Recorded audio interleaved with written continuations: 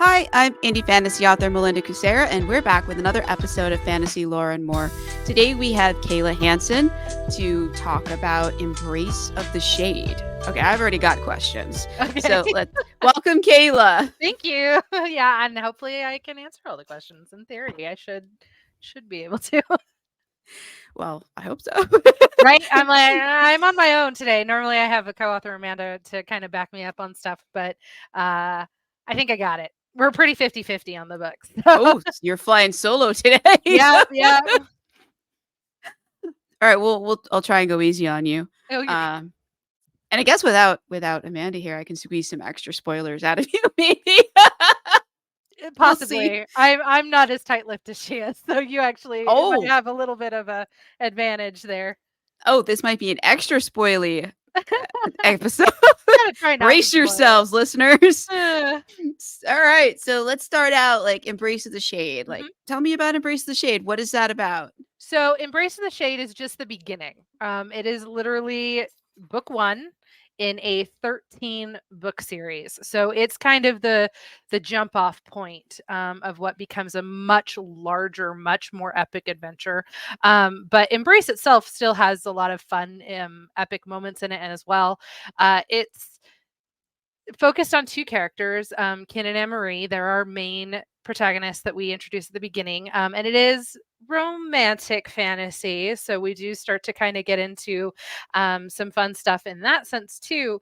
But Kin and Amarie are just one little piece of a bit much bigger puzzle, which is what the entirety of the Pantracia Chronicles is building. I like to kind of compare it to like Avengers, and this is just Oh, one of the origin stories. So we're like Kid and Marie is like starting with Iron Man, and then we're building all of the Avengers through the entire series, essentially fantasy style Avengers. Um, but Embrace is just the beginning. Ken and Amarie meet on accident because they're both trying to steal the same thing, but they oh, don't that's realize, fun. right? They don't realize that they're after the same thing until it's already kind of late, too late, and they've kind of started falling for each other, which creates much bigger problems because as you get further into the series and you start realizing these secrets that Ken and Anne-Marie both have in their lives, because they both come from kind of these dark pasts. As you the reader start to see what these secrets are, you start to realize, ooh, ooh, these two really shouldn't be together. But then by then you're really rooting for them, and what they're both trying to do. And it's kind of a coming to accepting who they are and this bigger part that they have to play in these big world changing events that are happening through the entire series. And it starts real simple with them just being thieves, and So, then their lives run away with them. like, what are? Well, I guess we should meet them first, and Hmm. then find out like what are they trying to do when that doesn't after the whole stealing thing doesn't quite Hmm. work out. Right. Well, and it kind of becomes this crazy epic adventure because of who Kin serves. I'm trying to figure out the best way to explain this without being too many spoilers. Um, Spoil away. right? Your co Well, your co-writer's not here he's not to here to slap my wrist. yeah. Um, yeah, so it becomes really evident that Kin and Marie, just because of the secrets that she has, he is also after those secrets, not knowing that they're hers, if that makes sense. Before, like I said, they start to fall for each other romantically. And so it ends up happening that essentially Amarie becomes this vehicle for Kin's redemption. Oh. Because he's got this really dark situation he's gotten himself into. So Embrace is really the beginning of a very epic redemption arc, for our protagonist Kin, because of Amarie. Because he, it's that lovely romantic notion of she makes you want to be a better man kind of thing. Aw. Yeah. We all want someone to make us better. I mean, at least I think I do. I think Right? we do. We always like to think that. Yeah. Mhm. Shall we meet them? Should we go into Sure, an yeah. Do excerpt? you wanna Or let's do it, yeah. We can do an expert. So, I am jumping just a tiny bit into the book. I'm gonna go to chapter 3, so we're not super far in. Just to give some background to what's going on. I mentioned before, Ken and Amarie meet on accident because they're both trying to steal something. So we actually start in the Great Library of Kapul, which is where they both are trying to get some information, and have both been getting the runaround from the librarian, to get into the restricted section. And so Anne-Marie she is the planner. She's the one who has a plan to get into places. Kin is the fly by the seat of your pants. And so there's a situation in which Anne-Marie has this strategy and this plan of how she's going to get into the restricted section. And Kin just happens to stumble in at the right minute and take advantage, in order to also gain access with her. And so this is kind of the escape moment, of that. So without further ado, we'll go into that. Ancient Auric Ley Lines and Myth, Volume 3, Wade within Kin's cloak. As his skin buzzed with the jarring shock emanating from the book as he passed through the tangle of energy in the archway. He hadn't bothered to consider what art laden ward might protect the restricted section, but his accomplice had admitted to having stolen a key. Regardless, the possession didn't inhibit the books themselves from triggering the ward. It felt odd to take the hand of a stranger at first, but the second time, it seemed more natural. He enjoyed opportunity to tease a reaction from her ocean blue eyes by drawing her close. The spark of the barrier was enough to encourage him not to linger too long on how her fingers felt between his, and he released her hand once the vibration faded. His eyes darted to the doorway she'd told him about. His research hadn't included a study of the library's layout, and he'd have to trust she wasn't lying. She enticed him with the idea of enjoying a dramatic exit. Her fleeing form held his attention longer than it should have. Kin detested the idea of splitting up, but he had what he came for and needed to ensure he wasn't caught. Her safety isn't my concern. The barrier's disappearing energy pulsed as he took a step forward. At first, no sound followed, and he wondered if it was a silent alarm. A breath later, a long rumble of metallic metal vibrated to life, distant at first, as if from a ship within the port. The boom grew into a bone-rattling crescendo. The ground shook with the increasing tempo as Kin's eyes turned upward. The exposed center of the tower housed an ancient mechanism. He had seen it at the front of the largest library towers from the outside when he arrived. On the exterior, the structure spun in a lazy cylinder with the face of a large mechanical monstrosity, clicking and whirling in a way Kin had never witnessed before. Legend described the antique system of gears meant for tracking the passage of time. The race that built the complicated devices millennia before had become lost to the time they sought to track. Those who desired to preserve history now maintained their creations.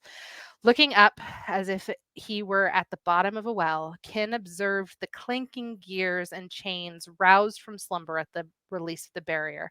The spinning urged the once motionless beast of the bell, which would normally chime at designated times of day, to swing wide in fury.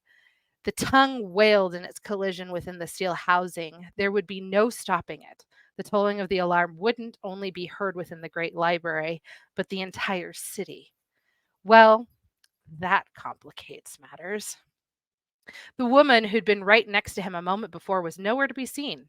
A curse found its way to his lips as he lunged forward, stirred to movement at the reverberation. His hand, skin humming with discomfort, clutched the vibrating iron door handle as he reached his destination. He yanked it open and plunged through the doorway. I'll be a useful distraction for her if this is a dead end.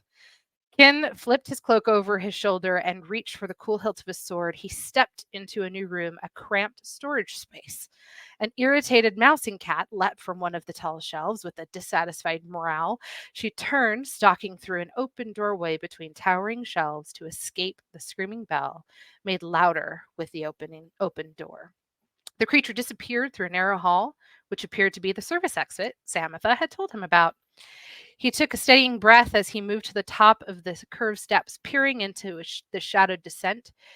As he released the leather hilt of his sword to grasp the handrail, he noticed the stickiness of Samatha's blood on his fingertips, left behind when she'd gripped her hand.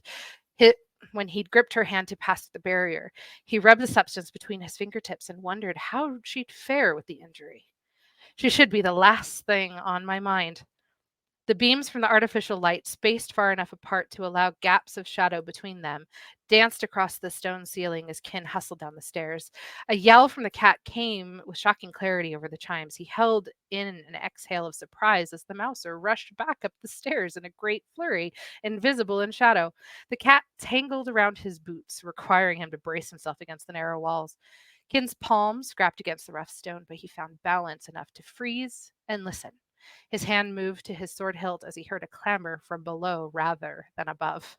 The walls of the stairwell vibrated with each toll, mixed between chimes with the unmistaken beat of armored footfalls.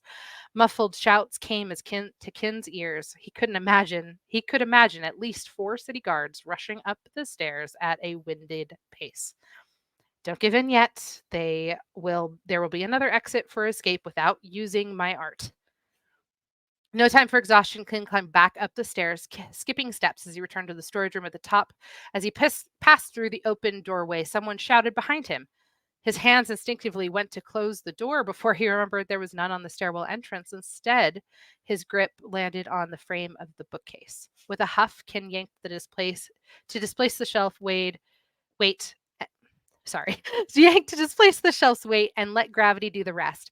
Books scattered over the floor, the wood groaning in protest before the bookcase crashed to a stop against the shelf on the opposite side of the doorway, creating the barricade Kin needed.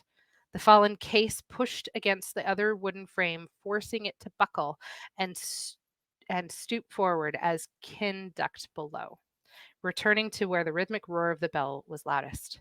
More shouts came, a banging of metal on wood, and Kin pushed through the door back to the main foyer. The door hadn't settled before Kin looked in the direction Samatha had fled. He could either try to catch up with her or exit through the main entrance. The dull light swayed, reflecting off the metal armor of the guard as he rounded a corner at the far end, likely pursuing Samatha.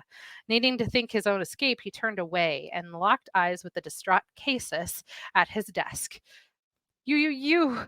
Casus pointed at Kin. Kin couldn't help but smirk at the unguarded man. Casus scurried to block the exit as Kin lowered his head and barreled forward. Kin's shoulder collided with the librarian's chest and he pushed past him. He didn't wait to see where Casus landed before he burst through the main door, greeted by spring sun. His steps thudded down the steep stairs leading from the front of the library as the tolling of the bell continued to cut through the peaceful seaside air. If he could get to the markets, he could disappear in the crowds before the guards realized Samatha had an accomplice. Carved gargoyles, draconi-like creatures, rimmed the rooftops of the universities he passed, glaring as if they knew his involvement. With quick strides, he watched his feet to avoid slipping on the unevenness where the stairs had worn with time. The sound of shattering glass cut through the thunder of the bell when he was nearly halfway down the painfully long set of stairs. He ground to a halt, looking back. The great library of Kapul was Delketh's greatest monument. Stone pillars rose, stained at their edges with grime from the chimneys still billowing smoke. And now it had a broken stained glass eye with a woman tumbling from it, knees tucked to her chest in a graceful roll. Colored glass jewels exploded from the window on the 3rd floor of the West Tower, sun reflecting off the armor of the soldiers clustered within. They struggled to climb out the window, having widened the hazardous exit, but they were less agile than the thief they pursued. Samatha rose to the rooftop on the 2-story building, abutting the outer wall of the library. One of her pursuers, possessing more agility than the rest, followed her onto the roof, landing a few feet from her. He drew his sword. Instinct unexpectedly swelled in Kin, a desire to protect the woman. He paused when the guard and Samatha exchanged words. His mind only had a moment to consider why in Nymera's name he bothered to talk to her pursuer. Negotiations were wasted on city guards. Suddenly, she hopped back and drew her blade. Their voices rose, and while Kin could hear their unique timbres through the air, specific words were lost in the din of the alarm bell. But it wasn't a cordial conversation. Their weapons clashed, her short sword moving swifter than his larger two-handed blade. She jumped over a swing at her knees and smacked his lower back with the flat edge of her steel, causing him to stumble. Kin's brows drew together. She smiled. The lightly armored male guard appeared equally amused, judging by his facial expression, despite being unsuccessful in gaining an advantage. She's distracting them. Keep moving and stop worrying about her. He turned to continue down, where when a feminine yelp made him pause again. Against better judgment, he looked back. Samatha was no longer visible, but the guard pointed his blade at the rooftop. Kin's chest tightened. The male guard collapsed, and the familiar head of the dark auburn hair rose again. She disarmed him with a parry after he attempted a sloppy swing at his prone position, kicking her sword over the side of the building, closest to Kin. When she sheathed her sword, Kin frowned. Standing at the edge of the building, her eyes found Kin's, and she paused, straightening her spine. While she focused on Kin, the disarmed guard stood and advanced behind her. Grappling her waist, he lifted her off her feet. Samatha's elbow flew up with an impressive speed. It collided with the side of his head, stunning him as he stumbled back. She spun, the heels of her boots peeking over the side of the roof. She followed by the blow with the round leap and roundhouse kick. It knocked him onto the roof, an explanation of pain leaving his lungs. Precariously balanced on the edge, she glanced at Kin before running in the opposite direction of the remaining guards. They dangled one at a time from the small window she'd shattered. Kin suspected they were in no real hurry after seeing their comrade succumb to her kick. Challenging situations often brought out the laziness in Kapul's lower ranking city guards. Samatha leapt to the neighboring building, similar in height. She passed over the narrow alley far below without hesitation. He couldn't help but admire her freeline grace as she progressed along the rooftops of the towering university buildings. As she jumped another gap, Ken eyed the steep incline of the next roof, his breath caught. He rushed over the last steps as if he could catch her if she fell. Bracing himself, he jumped over the short stone wall near the base of the stairs.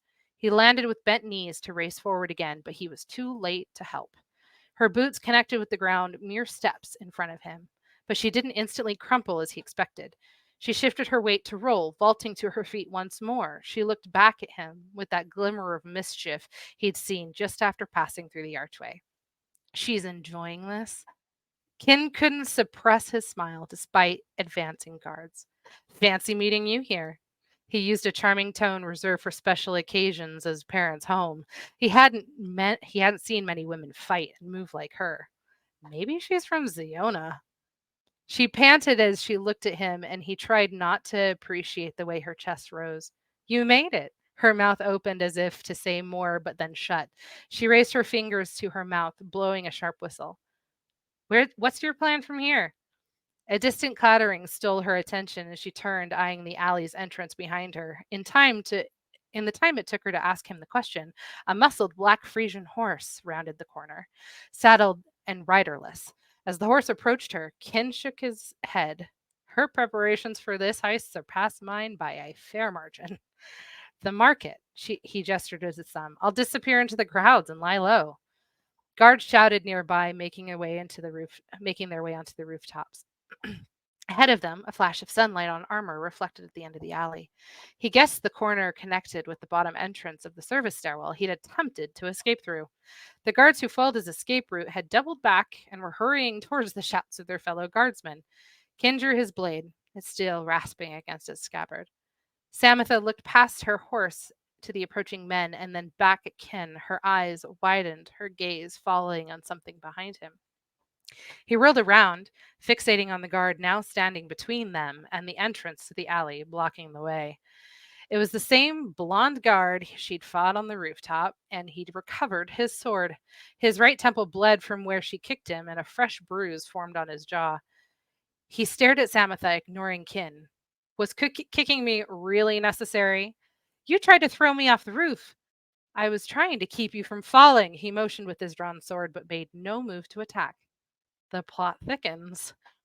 The clanking of the armor boots behind Samatha drew Kin's glance backwards once more. He tried to evaluate who was the greater threat as he shifted his hilt of his sword within his palm, fingers grasping in anticipation.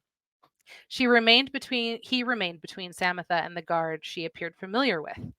And who the hell's is this? The guard's voice rose considerably as he gestured to Kin. None of your business, Jared. But he's a protective lover and a better fighter than you, so move aside. Not a power in Pantracia could stop Kin's eyebrow from rising.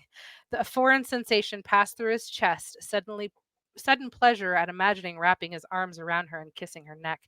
The thought made him eager to continue the ruse, even if only to keep her on his side.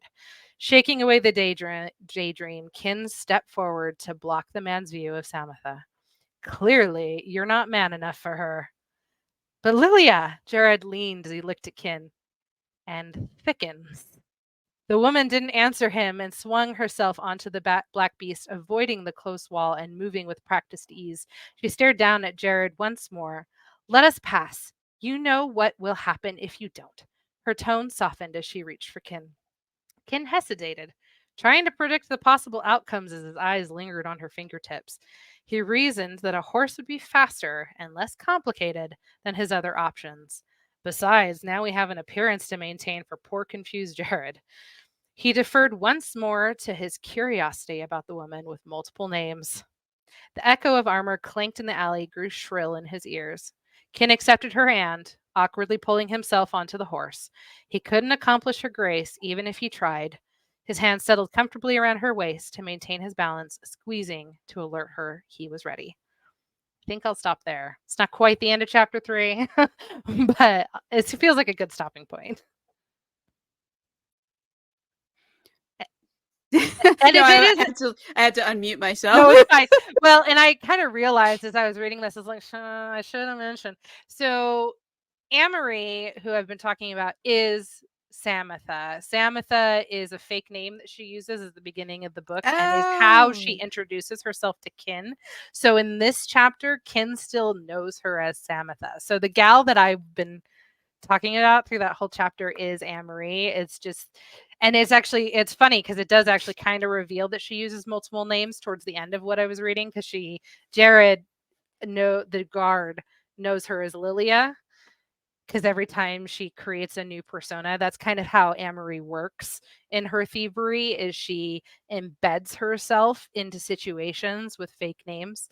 And so Samatha is just the one that she happens to be using when she meets Kin in the library. Okay, because I was like, when are we going to meet Anne-Marie? Yeah, sorry. I should have explained that before. I totally forgot that since we're in Kin's perspective in this book, that it's not clear yet. So that actually leads naturally into something that I can explain, which is throughout the whole series, we have multiple protagonists, multiple main characters. Kin and Anne-Marie are our focus in book 1. So they're the only perspectives you'll see in book 1. But we do swap every chapter to whose perspective we're from. So the previous chapter would have been from Anne-Marie's perspective, so it would have been more clear about her fake name situation. Okay. Yeah, I apologize. That's my bad. I should have explained that before going into the chapter. But yeah, so that's just kind of part of how she operates in her thievery. Gotcha. Yeah. Okay. So that was Anne-Marie. That was Amarie, yeah. Where's Anne-Marie? Where are you hiding, girl? Yeah. Sorry, my bad. Does Anne-Marie have any magic? She does. I say with slight hesitation because it is a slight spoiler, but we do recognize it early, because we actually handle magic in a very unique way. We never say the word magic through the entire series. We refer to it as the art, which was a phrase that I used a few times throughout that chapter, because Kin acknowledged he has a moment where he's like, hold on, you can escape this without using your art, which is him making the decision not to use his magic that he does have access to. And there's actually a moment in the previous chapter in Anne-Marie's perspective when she first touches Kin. She recognizes that he has the art because she has it herself. So it's something that fellow art users can essentially have a slight ability to sense each other's magic. Though Amarie in particular is very, very, very protective of her magic. And so she has developed what we call, oh my God, the word just left my mind, even though That I've written this happens. all the time. She has developed a barrier essentially that protects, it's her hiding aura. There it is, hiding aura that protects her magic from being sensed by other art users. Um, so Kin is not aware that she has magic, or the art, and that is a huge part of the secrets I mentioned, in that they're keeping from each other, because he does not come clean about his own art either, because he doesn't know that she sensed it. And so he doesn't come clean about it for a while. And it actually creates a really interesting situation because, I mentioned that they're starting to fall for each other. There's a lot of heat. They're kind of a very kind of love at first sight kind of situation, but then they're Yeah. separated. We call them separated soulmates. Um, and so there's a situation in which Amarie feels she needs to test Kin to really see the depth of what his ability is and get him to come clean about it. And so she actually basically traps him in a situation where the only option is that he'd have to use his art to get out of it. And when he gets out of it within 5 seconds and is able to pursue her to the next location where he confronts her, um, it's pretty obvious at that point, and he's going to have to come clean about it. But then he still doesn't. That's part of the dysfunction of Amarie and Kin's relationship early on, is they're both so secretive and so protective of their own individual parts of their lives. They just aren't good at communicating. It's actually, we've been complimented by a lot of readers that they find Kin and Amarie's relationship specifically very realistic, in the sense that where a lot of their breakdowns in their relationship is related to communication, that's reality. Yeah. That's why But most that's stuff also goes through. like one of the most hated tropes is the miscommunication trope. But it Yeah. sounds like you're doing it right. Like they're not miscommunicating about obvious things Right. where No, it's they're not obvious there's a miscommunication. They're hiding something because there's some deep wound or something. yes, you got it. And it's that's what so it sounds like, because like that's what I hear the most freaking complaint in romance, at the miscommunication trope, is like it's obvious that they're not, it's so obvious that they don't understand why the characters are not noticing that there's the miscommunication thing, that it's so deliberate and heavy-handed. But it sounds like you're not doing that. You're trying to be more No, realistic no, no, no. about it. Yeah, we're more realistic about it because it's the miscommunication comes, like I said, from the basis of their secrets.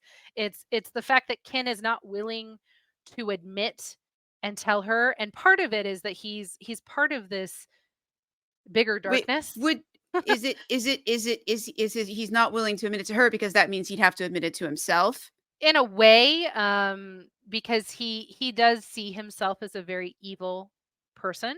And so there's a lot of it that's self-shame for Mm. Ken as well, that he's ashamed of a lot of the things that he's done. Sorry, my dog is losing his crap at the cat right now, and that is what is going on over here. So if you hear random hissing, I apologize. My cat hates my dog. Um, anyways, So so they're having a miscommunication they're trope right having a miscommunication right now. Anya, you just need to tell Arlo why you hate him, and everything will be fine.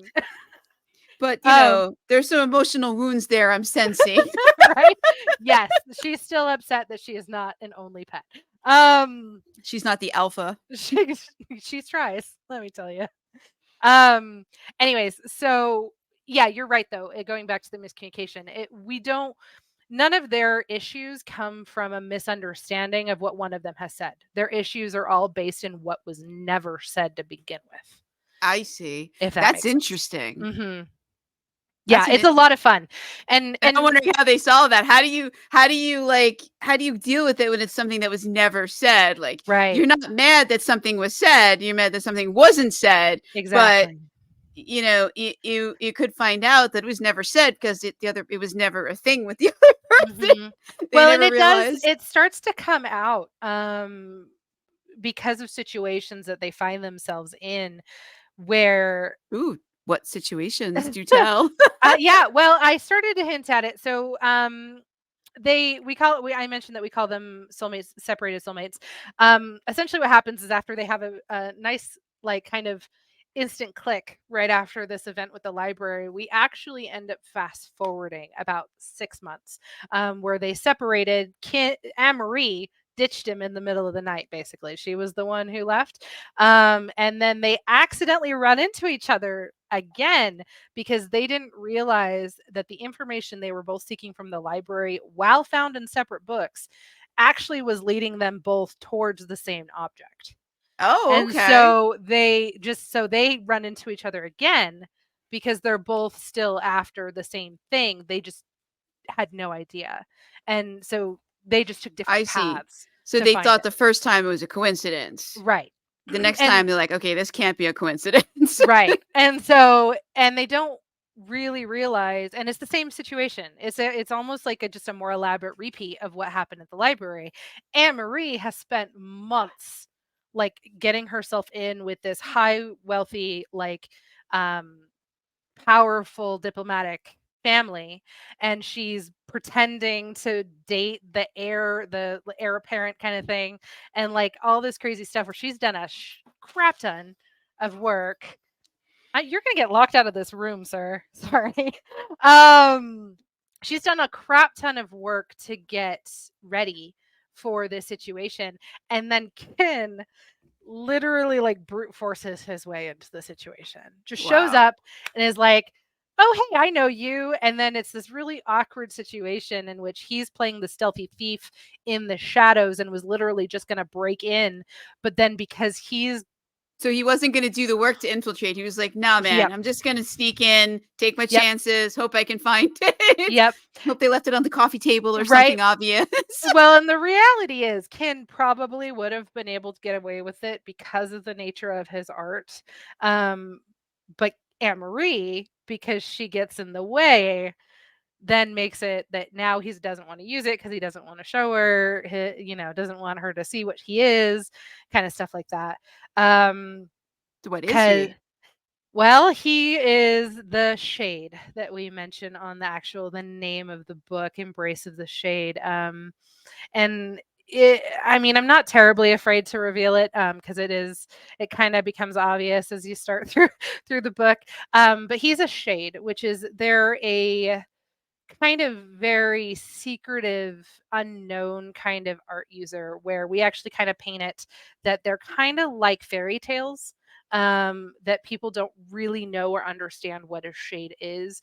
It's not even really known that they're human, by the general populace.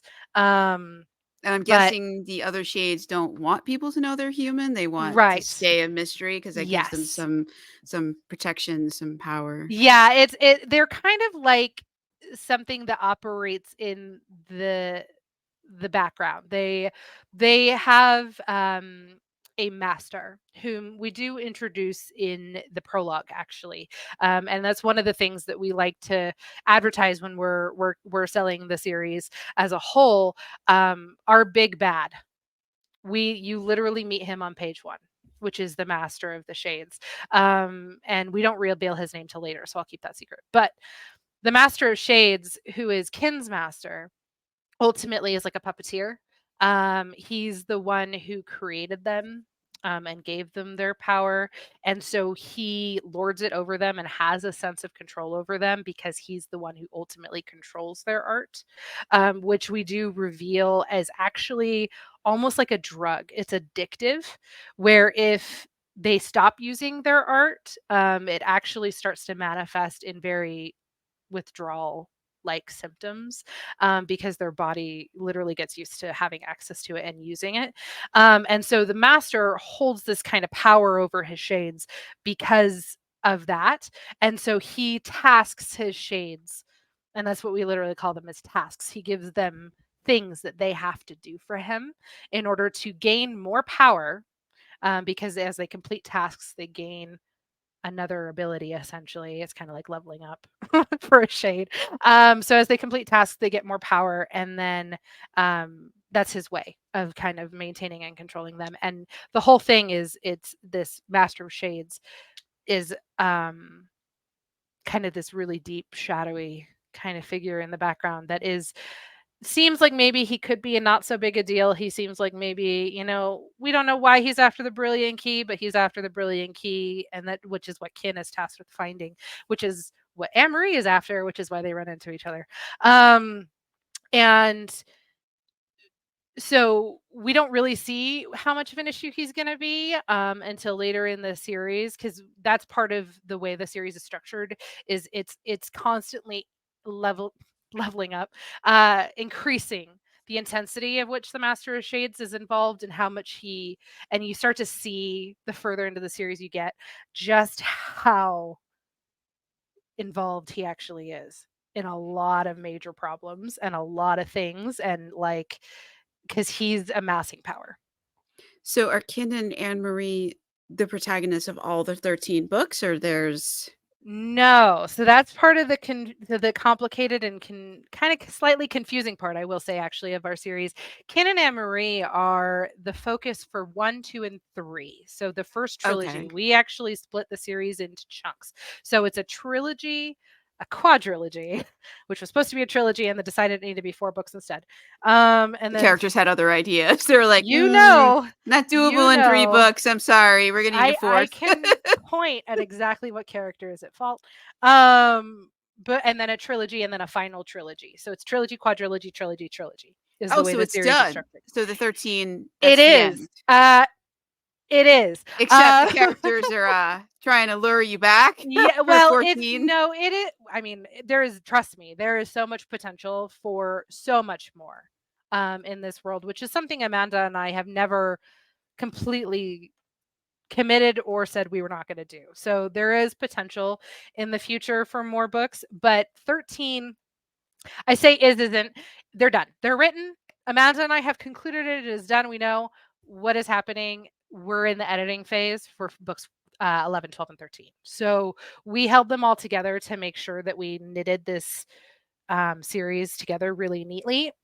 But we promised these books for Edmonton Fan Expo in September. So we are actually committed to finishing these 3 books in the next couple weeks. And so that's actually part of why Amanda's not here. We're in super, super crunch mode right now Oh, because we're wow. trying to meet those deadlines of book 11, 12, and 13, because we need to order print copies for Edmonton September 1st. Yikes. So, That's yeah, soon. it is. It's That's very like soon. 2 weeks away, I think, Yeah, yeah. or two and a So half. I'm doing. Amanda has done her pass of all 3 of the final books. I'm working on book 13 as we speak. Um, that's what I'm gonna log off and do as soon as we're done chatting right now. But Wow. it's yeah, we're planning on them all being available at some cons. Amanda's going to be at Fan Expo Edmonton, and I'm going to be at Fan Expo. No, not Fan Expo. Rose City, Portland, because we do conventions, we do Comic Cons to sell books as part of Artist Alley and Writers Blocks. And so we're both going to be at cons in September, and we're planning on having the final 3 print books available. However, we are slowing down the online release just slightly. So 11 is coming September 14th. 12 is coming October 12th. And then 13 is coming November 9th officially. So the entire series will be released and fully available on November 9th this year. So Oh, wow. we're really close. What are you planning to do to write for 2024 then with this all done? Oh, I think Amanda and I are going to kind of venture into our own projects for a little bit. Again, we have not said either way about going back into Pantracia. I'm planning on actually dabbling in horror next. Oh, Yeah, I'm super into horror. I'm a total geek for it. So I'm kind of thinking about dabbling in that. I mean, I can talk all day about a lot of ideas I had, but I will say Amanda and I's writing style is very unique. And so and this is both of our first venture into writing professionally. We neither of us have done solo projects before. I know we both have our own ideas for solo projects after, but nothing is set in stone, obviously. Um, That's But really cool though that you yeah, guys did. I've never co-authored anything. I've done 21. I'm on my 22nd solo yeah. project at That the moment. That's that's all I have done. impressive. So like No, I that's can't super impressive. I'm like trying like my brain is like, well, how did you find the like that's just like It's interesting. I think readers would be crazy. interested in knowing that because it's not like most books that you see on shelves, like they're not co-written. Well, and from Um what I understand too, the way Amanda and I work and the way that the Pantracia Chronicles is written is actually incredibly, incredibly unique. We've never heard of another co-author pair that work the same way that Amanda and I do. And part of the reason we do work in the way that we do is because we have a history. Amanda and I have actually known each other and been writing together in some shape or form for over 20 years. oh wow. Yeah. So we met when we were 13 and 12, I want to say, online on a forum on a website called Neopets. Oh, True story. I remember Uh, Neopets. yes. So we met on the forums of Neopets, looking for buddies to do this thing called text-based role play. Which is the way I describe it is it's D&D without the dice and just writing paragraphs back and forth. And so that's how Amanda and I actually met when we were 12, 13. Was don't know which one of us advertised, hey, looking for medieval fantasy role play. And one of us wrote a paragraph introducing a character, and then the other responded with their own character and reactions and responses to what that other original character did.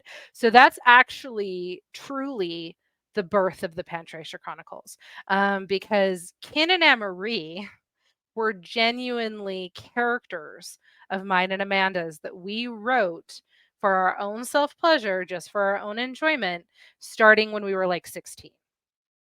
So Ken and Marie have been around for a long time. Oh wow. Um, Did and go did ahead. you how did you when you so you said you work uniquely in writing them. Do you Mhm. each like take a point of view? Kind of. We do swap off who leads in the chapter based on whose perspective it is. So, to reveal, if it's an Amory based character, an Amory perspective chapter, Amanda leads that chapter. If it's Kin, it's me because Kin's my baby. Um, I that's what I was thinking that because the way you did, like we spent more time talking about him than Henry. Yeah, So sorry, I was Amanda. like, I'm really sorry, Amanda. Anne-Marie's that's a really okay. badass character. She's the one who really sets the precedence in our series as well for very powerful women. That is a big trope for us throughout the whole series. It's one of Um, my faves. yeah. So, and actually, one of my favorite reviews that we got for book one was, "If there's a damsel in distress in this book, it's Kin." Yeah. Oh wow. And I'm like, "Yep, I that's true. That's true. I'm gonna I'll have take to that." get this because I like when the damsel is not the one in danger and is Mhm. having to save the Prince Charming ish character. Yep, yep. So, and that's pretty common throughout the whole series. That actually happens quite a bit. Um, that it's the woman who's usually the super being, superpower. Like she, and it's great. I mean, and Amanda and I are both women, obviously, and so women's issues are really important to us, and so we actually do touch on a lot of that in this series as well, which is one of the things that's actually kind of fun about having 13 books. Because people always ask me, what is it about? Guys, you're asking me to summarize 13 books in a sentence. It's not easy because the reality is we cover like a lot. And we cover all Yeah. sorts of different Yeah. tropes, all sorts of different ideas, all sorts of stuff. We deal with postpartum depression. We deal with um, miscarriages, we deal with all that different like kind of we deal with women's rights, we because we're in a fantasy world, and we have a lot of different countries that we've created. And so actually, I read it in the chapter too, Ken hypothesizes that Amory might be Xeonan, and that's actually a fun little just kind of tidbit into Ziona, which is one of our countries that we don't really get into a ton until like book 11. But they're women are the ones who run the country. Women are the warriors, men are the homemakers. And so it's a very Amazonian-ish Mhm. kind of culture in Ziona. And so like it's fun because we created this fantasy world that it's our sandbox. Which is the best part about being a fantasy author in a lot of ways. I totally agree. You Yeah. can take the parts of this world that you like, or Mhm. you leave them out entirely and Yep. make your own better world, or you can choose to take what's here and try and make it better Yep. over the course of however many books. Yeah, well, and we're real passionate about it, like inclusion and stuff like that too. So we actually have a main character in the later part of the series who's blind. Like it's a lot of fun. Like just the whole series as a whole, it's a huge plethora. And this kind of cycles me back to actually what your question was originally, which Oh, was, yes. are we on Kin and Amarie through the whole series? No. So I mentioned before, we're building a team that are all realizing that they need to come together to work together to defeat that big bad, that Master of Shades that I mentioned. And so book 1, 2, and 3, the Brilliant Key trilogy, is focused on Kin and Anne-Marie's story and their origin. And we do tend to we try to warn people when they're buying the series, Kin and Anne-Marie go away for a little bit. Don't be sad, they come back. But we need to go back in time now because we introduced a character in book 3, Damien, who we kind of jump into where he is in his story in book 3 because he has interactions with Kin. And but now we need to go back and we need to tell Damien's story. You need to see where he came from. So we actually end book 3 and then we go back just a little bit in time and we tell Damien's origin story along with Ray, who is his romantic interest, and tell their kind of coming into their powers and their place in this whole grand scheme of things. And Damien is actually ultimately the one who kind of naturally, Damien and Ray together, I should say, come together to be those ringleaders of the whole thing later on. Mhm. Um, and then so Damien, Ray, Corin, and Jared are our main 4 characters for 4, 5, 6, and 7. And that's when we get a little bit more into like royalty, hidden royalty, like tyrant kings that need to be overthrown, and all that stuff. Kin and Anne-Marie's story is a little bit more, I'm trying to think of the right word. It's not as royal. It's like much more common man kind of level of problems and stuff going on. Yeah, there's Um, that stealing from the rich. right. And Not also where necessarily to do anything good with it, just stealing from the rich sort of you know, trope. it mostly selfish reasons. Yeah. But we do actually start to introduce some royalty aspects and hint at some things for the future as well in book 1, 2, and 3. But then 4, 5, 6, 7 is when we really start to get into it with Damien, Ray, Corin, and Jared's story. And then we go further back in time when we hit 8. And the reason why we do that is now because of certain events that have happened in 6, 7, 8. 5, 6, 7, you start to see and understand what the heck is going on with this Master of Shades a little bit more. So now we need to go back and we need to tell his story. So 8, 9, 10 is really getting into how the Master of Shades became what he is, and telling the story of some new major characters, 2 new main characters, Matthias, Katrin, Danny, and Liam. And so as I'm rattling off names, you're probably realizing how big this cast of characters is getting, and it is intense because when we hit 11, this is when the stuff is really starting to hit the fan. Yeah. 11 is You're when not intimidating me. I have 21 books set yeah, in the that's true. same world. That's fair. I'm not intimidated. I Perfect. can Well, handle this. 11, we introduced 2 more characters, Conrad and Anne-Marie, or Aria, sorry. Oh my gosh. Conrad and Aria, but then we finally bring back Kin and Anne-Marie in book 11 as well. And so that is when our cast of characters starts to really realize this bigger picture and see that they need to come together and work together. And so 11, 12, 13 genuinely is that climax. It's all 12 of our main characters coming together um, to make that effort now, because Is it now it's endgame.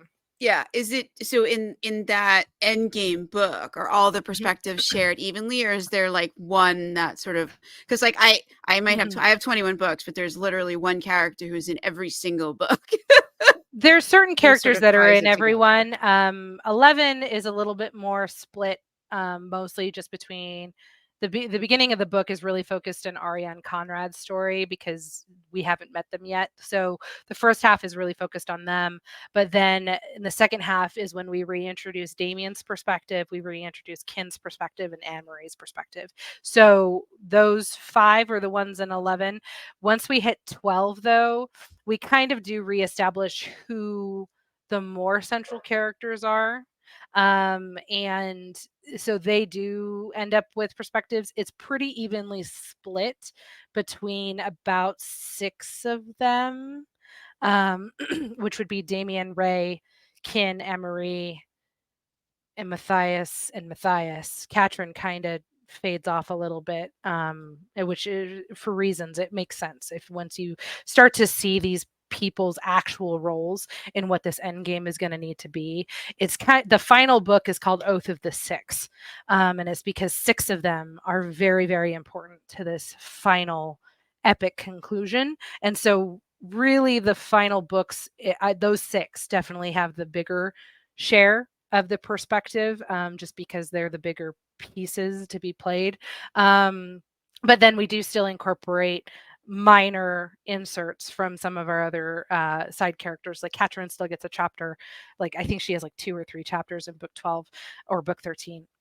And like some of the old characters who we haven't really seen Jared's perspective in a long time since book 7, but then we bring Jared back and he has a perspective in book 13. And it depends on what part of the world we need to focus on, because we're also really establishing and building Pantracia as we go through this series as well.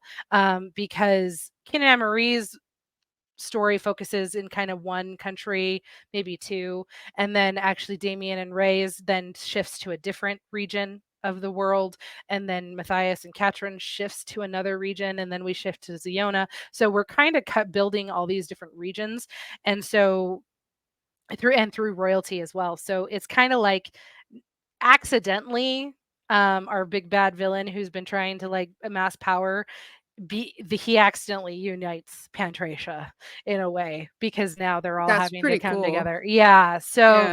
because Pantracia's been very split.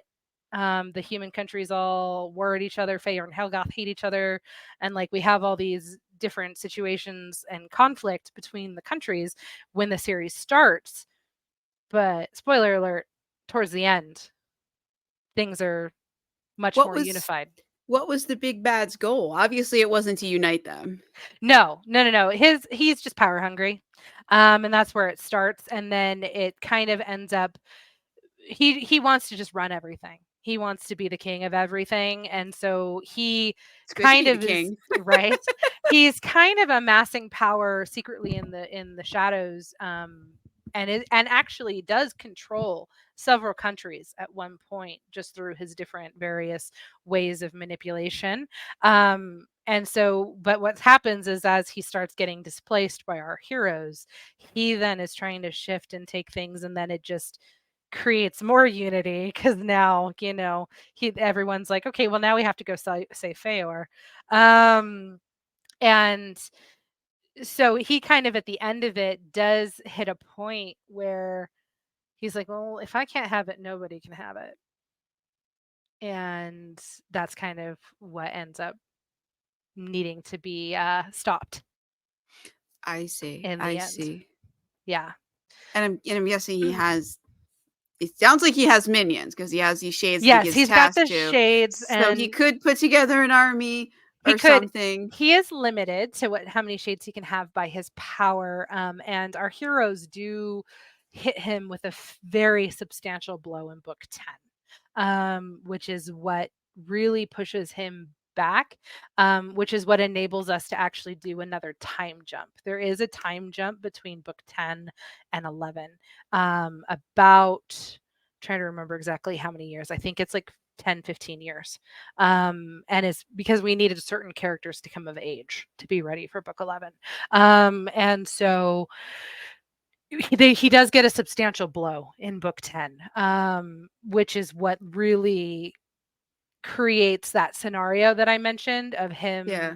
pivoting and being like, well, fine, if I can't have this, then I'm going to take you. No one can have it. I'll take everything.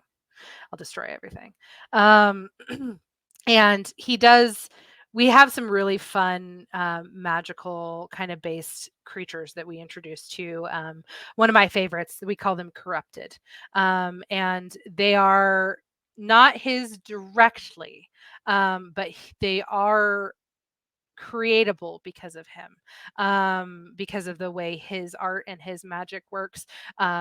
It essentially creates a very specific region of hell, is what we call it. It's like a hell that allows corrupted to be summoned.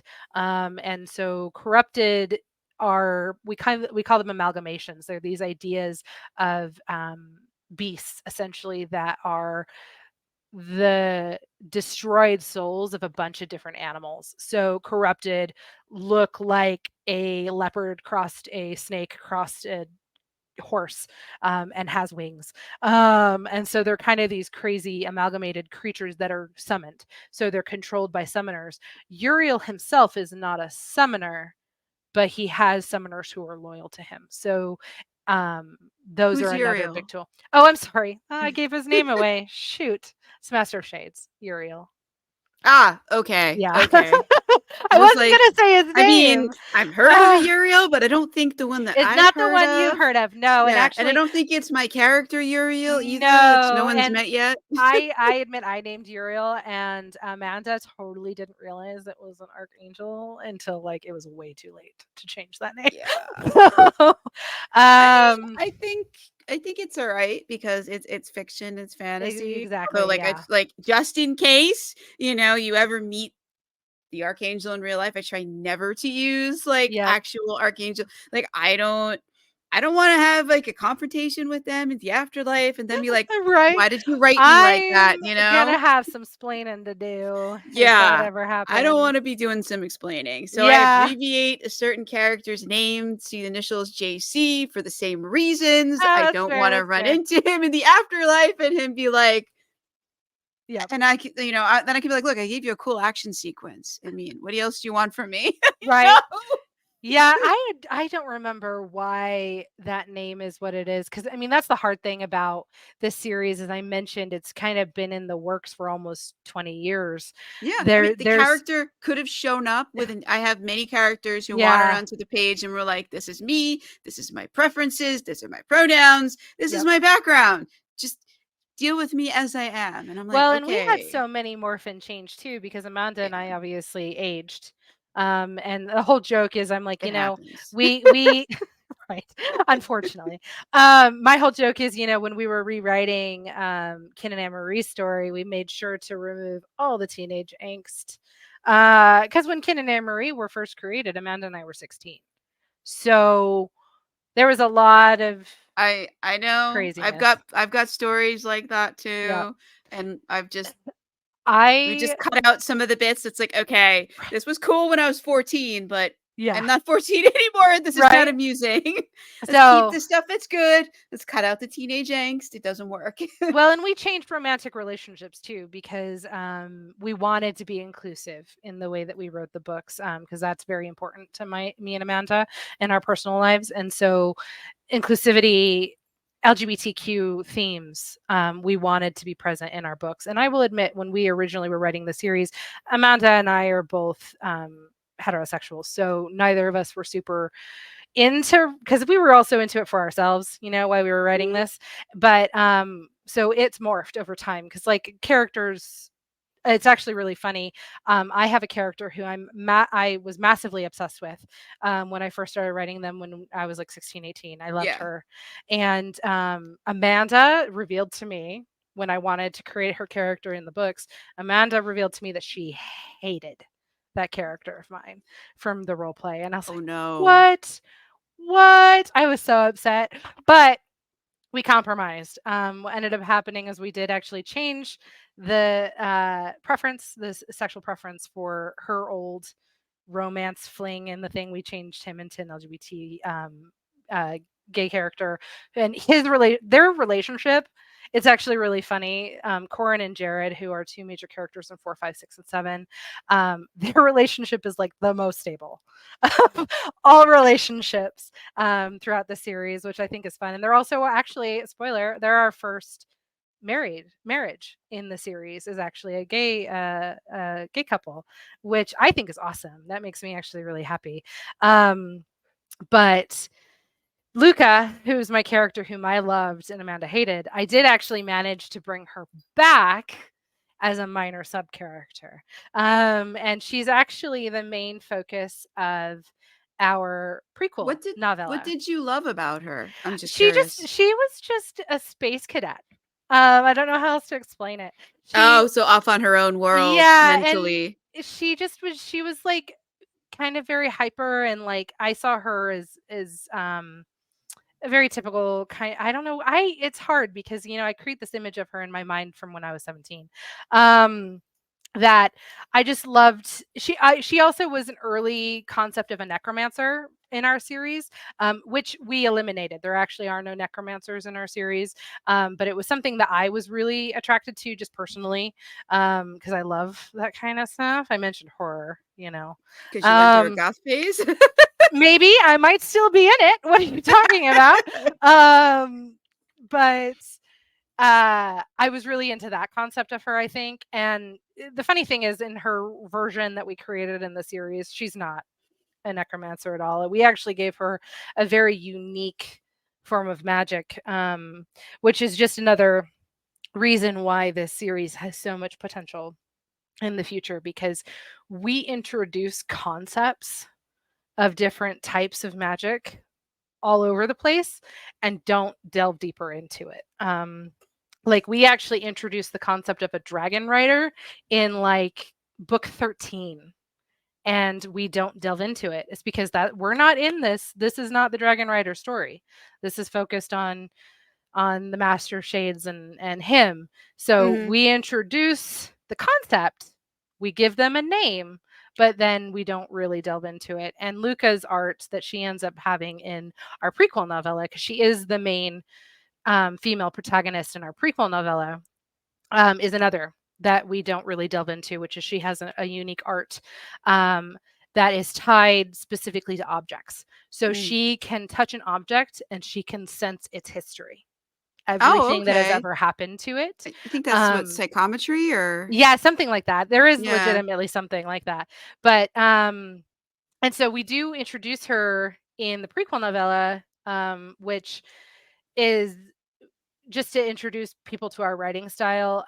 It's non-consequential to the series as a whole. However, Luca and her romantic partner do make an appearance as minor sub characters later in the series. So Luca does have an interaction with Damien and Jared later that does give them vital information that they end up needing in the series, but she's still just a minor character.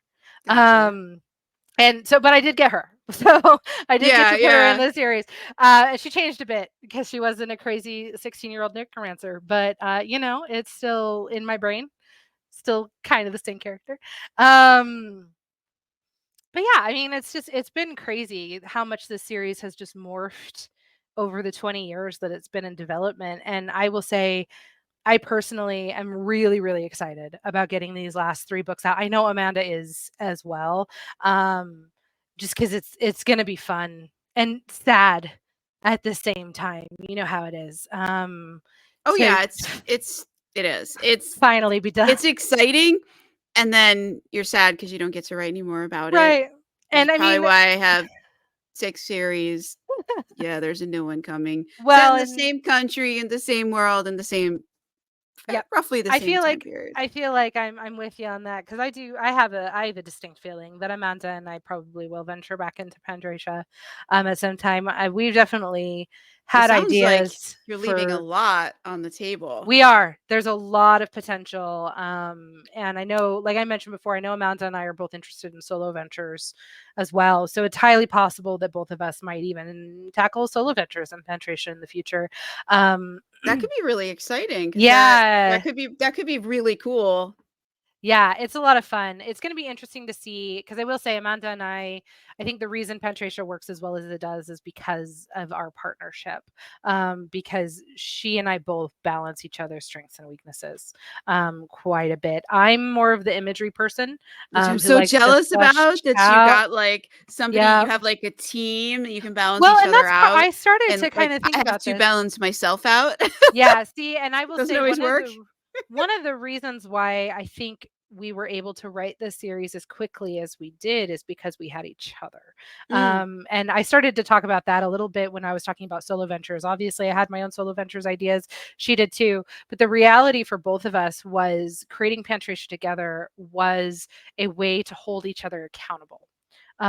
Because I had someone that I would feel terribly guilty about if I did not produce for her and vice mhm. versa. And so Amanda and I, when we actually write 100% together. So we're on Discord together and we're in a live Google Doc together. That Um, sounds fun. I have to yeah, keep myself on there, otherwise the characters get mad because they're not getting their page time.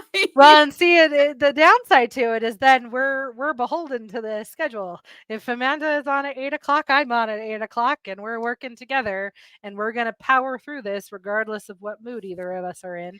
Yeah. Um, which it's funny because it definitely creates an interesting dynamic between characters sometimes too. Because I mentioned the way we Well, write yeah, because 2 different people are writing. exactly If you're each writing a different character, then our you're not. dialogue. Yeah. Very genuine. If there is a miscommunication, it's probably because it actually happened between me and Amanda.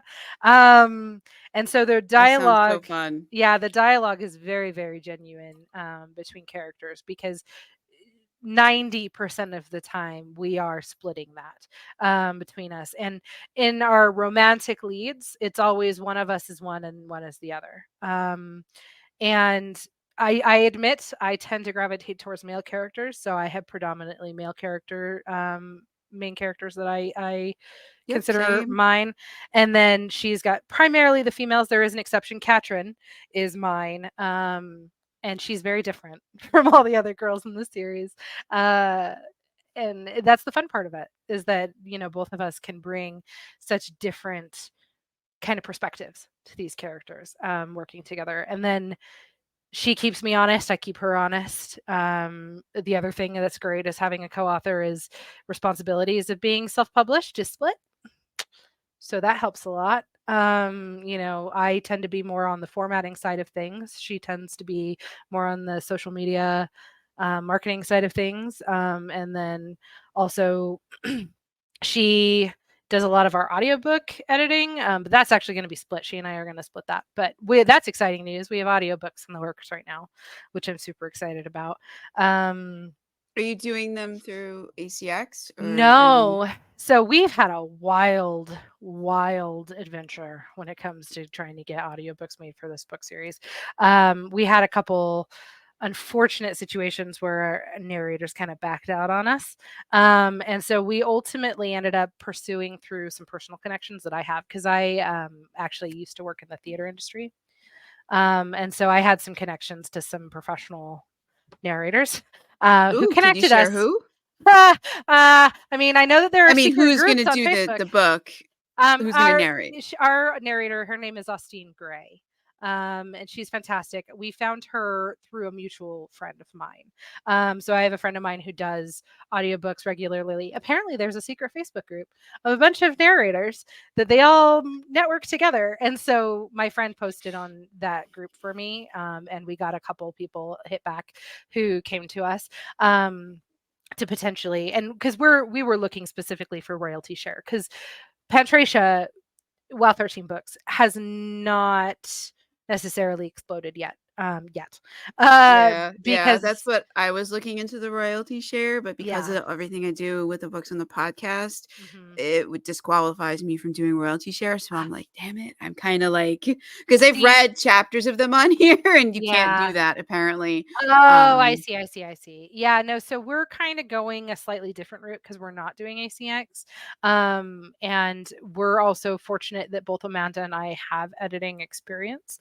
So we're kind of cut in the corners a little bit, because typically Austin and a lot of SAG, because she is a member of SAG. A lot of SAG narrators have to essentially outsource their producing because they don't edit it. ACX requires narrators to be both the narrator and the producer and the editor and all that stuff. Oh, because I used to edit audio for a company I used to work for. I used to edit all the audio for the podcast and the webinars and fix people's accents. You might And be able to do what we're doing then, which is we essentially found Austin, who was willing to do royalty share plus production costs. However, we found out the production costs were just going to go towards someone to edit it. And so we said, hey, we can do that ourselves. So let's cut that production cost out entirely, which is what we did. So how much is the Austin, production cost? I'm just out of it's curiosity. around 150 to 250, depending on where they go. Per hour? Per hour. Okay. Yeah, per finished That's hour. interesting. I think Austin originally, I think she uses 2 different softwares. And Austin, if you're listening to this, I'm best guessing it. I apologize if I miss saying anything. But from what I understand, she uses one company who does the editing, and then she'd use another source to do a cross check. It was like an AI that she could upload the manuscript, and then it makes sure that she actually followed it. Something like Descript maybe, which Yes, something it like that. takes it takes the audio and it creates a transcript, and then you can compare it to something else. Yeah. So she it's was not always using accurate. no, and so she was using 2 things like that, and so she, I think, originally quoted us around $100 per finished hour. But again, she is amazing, and I feel so incredibly fortunate that she is willing to work with us and she believes in the series in order to do it royalty share, because she's fantastic. I'm so excited to share the audiobooks. And we're so lucky that she was willing to work with us to have us produce it too, ourselves. So we're actually going through Blackstone Publishing, which is who's going to be the actual distributor of the audiobooks. Oh, I own a lot of Blackstone audiobooks. Yep. I'm a big audiobook. I just bought 20 audiobooks last week. Oh, there you go. To reward myself for doing all of the things that I was supposed to do. I wrote all the chapters I was supposed to write, worked on the Kickstarter. I got all the things in the checklist checked off. So that Friday, last Friday, I'm scrolling through audio, like before the podcast interview, I am scrolling through Audible. So if I was a few minutes late last week, that was why. Audible had me in a chokehold. They had a whole bunch of books on sale, and I was just going through all the mystery thrillers, the fantasy, and just like anything that was like my favorite tropes, like purchase. I didn't even read most of the blurbs. I just skimmed for my favorite things. Fantastic. And I was like, I see the key, I see the word purchase. There you go. There's a couple of things that like I insta buy. I get that. Yeah, no matter, doesn't matter who wrote it. Doesn't matter if I never heard of you. If it's present, insta buy. Because it is my favorite thing, and like not everybody writes it. So present tense. No, I don't like present tense. Like there's like different tropes that I like. I'm a really big fan of like anything that is fantasy and police procedural. Like I will insta buy the entire freaking series because if it is police procedural and fantasy, like you're solving like crimes with magic, like I'm instantly there. That's fantastic. I'm binge listening to that. And there's a few other fantasy tropes that I really enjoy. I haven't been able to get those into my own books yet, but I'm trying. The characters just don't want to cooperate with that. It's not their favorite trope. So yeah, no, it is interesting how books will write themselves sometimes. Because I mentioned it, like, you know, books 4, 5, 6, and 7 were supposed to be 4, 5, 6.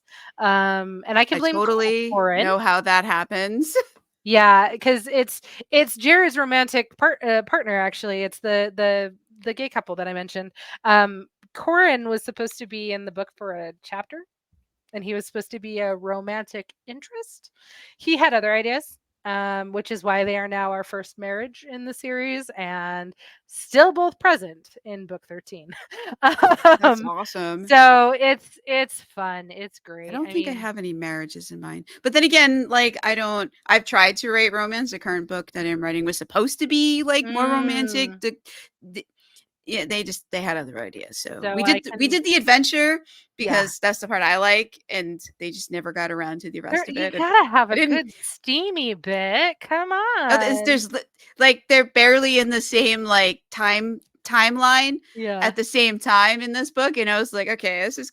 I should have realized somewhere before Act 3 that this was never going to get to the, it was never going Romance. to be steamy or anything. It was only going to be like they showed up in another book where together, and so I Mhm. was like, okay, since this book is the character decided this book had to be set before that, I was like, well, we have to you have to meet and do the you have to at least get to the engaged part somehow, Yeah. so that to explain, because we saw you already in a book that's going to be published as an engaged couple. So if this is going to start before that, you have to get to the engagement You somewhere. totally set yourself up for a really stressful situation right there.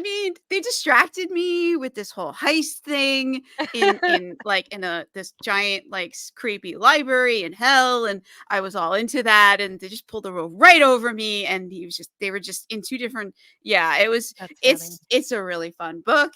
It's a great fantasy adventure, but the romance did not happen. So See, and we just, it was supposed to Amanda be a and I, standalone, so now it's gonna have to be a trilogy, and we're gonna have to hope that they get to somehow they have to be engaged at some point because you'll before we get see them there. in the other story. You'll get there. Yeah, Amanda and I just can't stay away from the steamy bits. Parts we like. I I didn't realize that I liked romantic fantasy until I realized that's what I was writing, funny enough. ah Um, I like which the is, adventure yeah. bit. Well, and we do have the adventure. We have quite a bit of adventure in the books too, and we have a lot of strict rules for ourselves as far as the romance side of things and the steamy scenes, and when they're allowed to stay and when they're not. Um, so we have a lot of rules about that because we really wanted to make sure that the main point of the series is the action adventure epic conclusion, epic battle essentially against the Master of Shades. Um, so like the romance is there because naturally it's going to happen, especially considering most of our It doesn't happen hero in my books. tropes. I have 21 Okay, books it and just there's happens not a naturally for single Amanda and I, apparently. romance. Apparently, it's just Amanda and me. There's people who were married before the book shows up. They have some marital issues. We solve them, but Oh, gotcha. nobody. There's literally there's crushes, but they never get beyond that. That's funny. Yeah, no, I'll take all I of think that it's for you me. and I just think do it's it for you. something with me because I I am a diehard romantic for see. I'm not. sure. I'm so cynical. Like I don't actually believe in true love or any of that. Oh Or insta love or the insta connection. Like no. I just Insta love don't is, believe in I just never happened for me. So yeah. like I'm like don't believe that it's real. I'm It's some sorry. chemical cocktail in the brain. I No. don't know. I mean, that's the nice thing about the world, though, is that we have all these different perspectives, right? Yeah. And I'm all glad these that different there things. are people who do believe in that and who enjoy Mhm. reading that. I'm glad that I've read them too, and I'm like, I don't believe this. This doesn't seem plausible. That's funny. you know? Because sometimes it's just like they meet and that's it. And I'm like, you said two words to each other. How can you suddenly be in love? Like, You're right. and it take a Well, little bit more see, than and that. I believe in lust at first sight for That I sure. believe in. And I'm like, I think that's what's going on here. Yeah, and I will say I'm fairly certain that's exactly how it started with Ken and Amarie. Because they Which is fine. definitely, yeah, they That's a clicked path. in that sense very quickly. But then it's nice because what actually ends up happening is Ken and Amarie's love story actually does take the entire 13 books. Even though we do see them really quickly at the beginning, it seems like it's gonna happen. There's just too much other stuff going on in the background for them to be quite right for each other right now. And so it's like it's that natural thing that people have to grow Yeah. to, you know. And so yeah, it's kind of fun to be able to do that, and stretch it over such a long amount of time. Hopefully we don't torture readers too much by going away from Ken and Emery, but I think So wait, they disappear for how many yeah, books? Because they're in a 1, 2, lot. and 3. They come 7. back in 11, 11. So they're gone for 7 books. 7 books. However, No, we 8. do see 8, right? 7 because we've 7. got a Okay. trilogy and a quadrilogy. So Gotcha. sorry. However, you do actually still see Kin and Amarie in book 6. It's just events that already happened.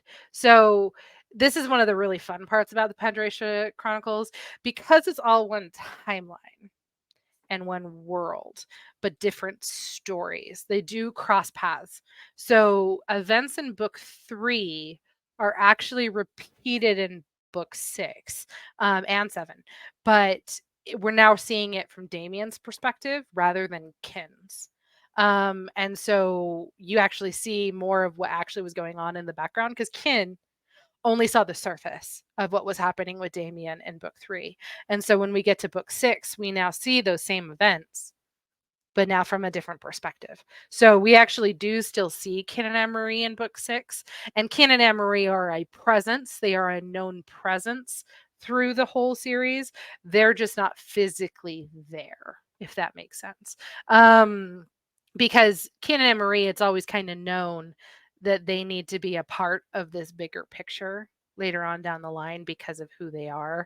And so they're always there, but they're not there. I see. Yeah.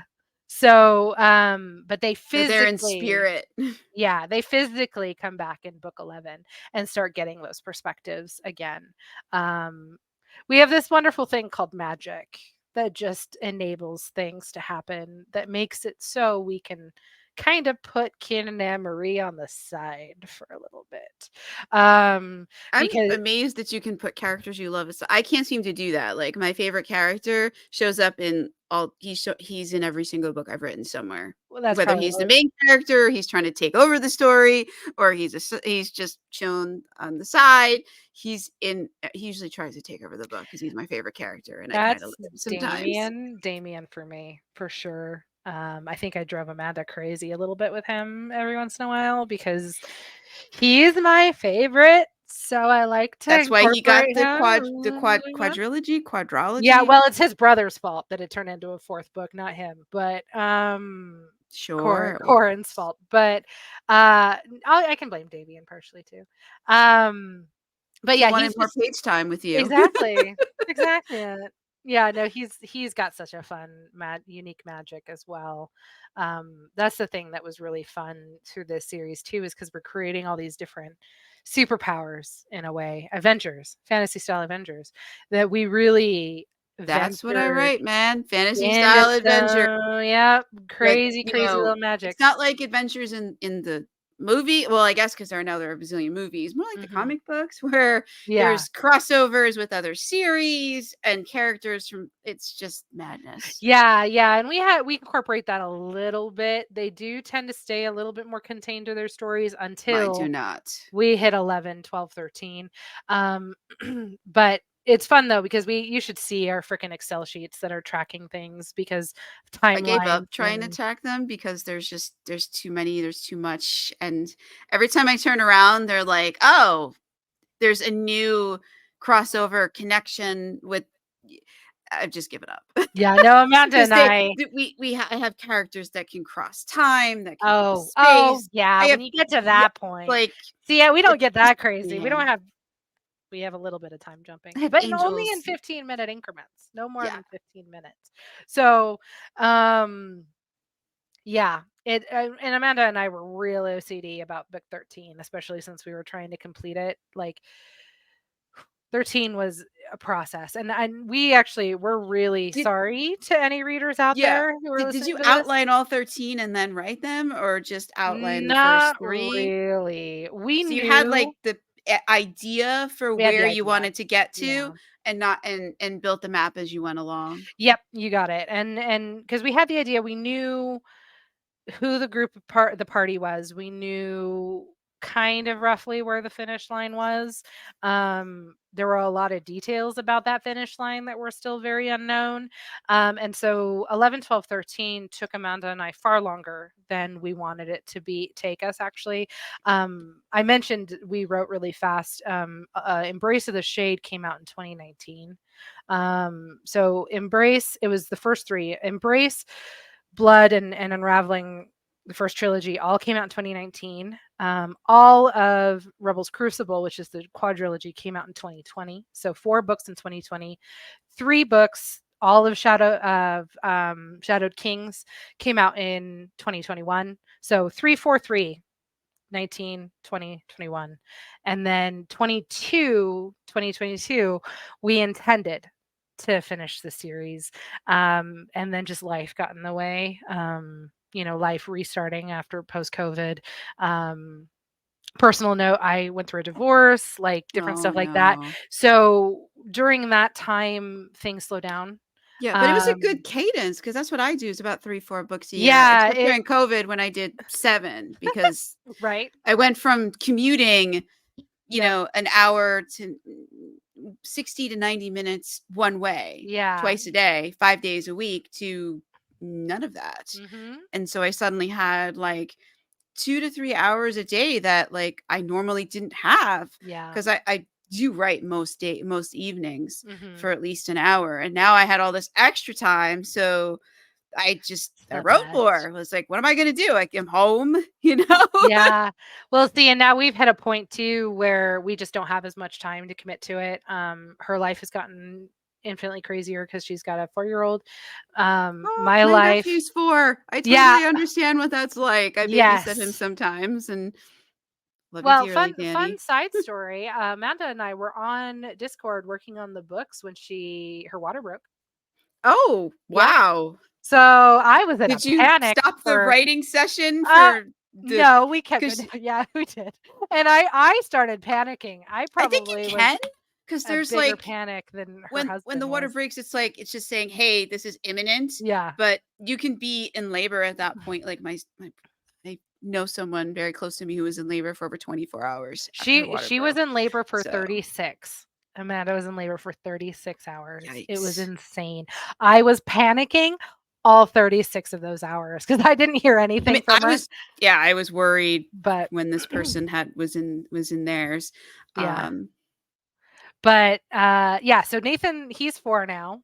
And then I had to go back to full-time work after my divorce. So between those 2 things, it just slowed us down a bit. yeah, And we were being so meticulous with the final 3 because we wanted to make sure that they accurately concluded and were consistent and everything. Because now you know how it is. You're yeah, tracking you wanna 12 tie up different all the loose characters. ends. Yeah. Yeah, you wanna tie all the loose ends, you wanna make sure that you're not adding any new loose ends, like, stuff like that. So it has been a process, but we're almost there. So, That is yeah. awesome. Yeah, so it's funny because like, I this know what that's like because I have some series that I started before the Mhm. pandemic that I'm trying to close up. So I don't have not all series can be open-ended. Nope.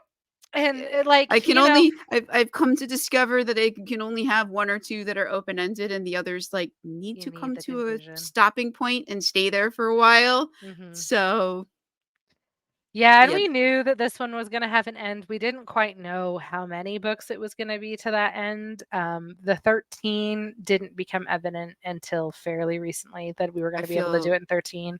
I feel that on a soul deep level Yeah. because there's a certain point that I want my like my heart series to get to, but I have Mhm. no idea if the characters are ever going to let me do that because like where Yeah. I'm writing book 11 right now and 12 Yep. and now we're doing things that we're totally not ever in any outline or anything. Yep, I relate to that. We're Yeah, chasing so dragons and I'm like this is not what you're supposed to be doing, yeah, guys. I didn't know how big the dragons were gonna become in our series. I mean, Yeah, same. dragons are an inevitability in a fantasy series, Oh, yeah. but They've been hanging around, but I didn't know they were gonna be main screen, front center exactly. in the feature film type of That's thing, and it. that's where we're going. I'm like, "Okay, this is not where we need to be headed." Yep, that happens. So I The relate. characters are not listening to me, so we are chasing dragons until further notice. Enjoy the Uh, ride. right? Oh my gosh. Yeah, so but I'm going to be so happy on September 1st. Like, they just won't uh, let me do the big fantasy war that I wanna do, so I'm oh mad. no, you got to have the fantasy war. Eh, I'll get to it eventually if they ever let me.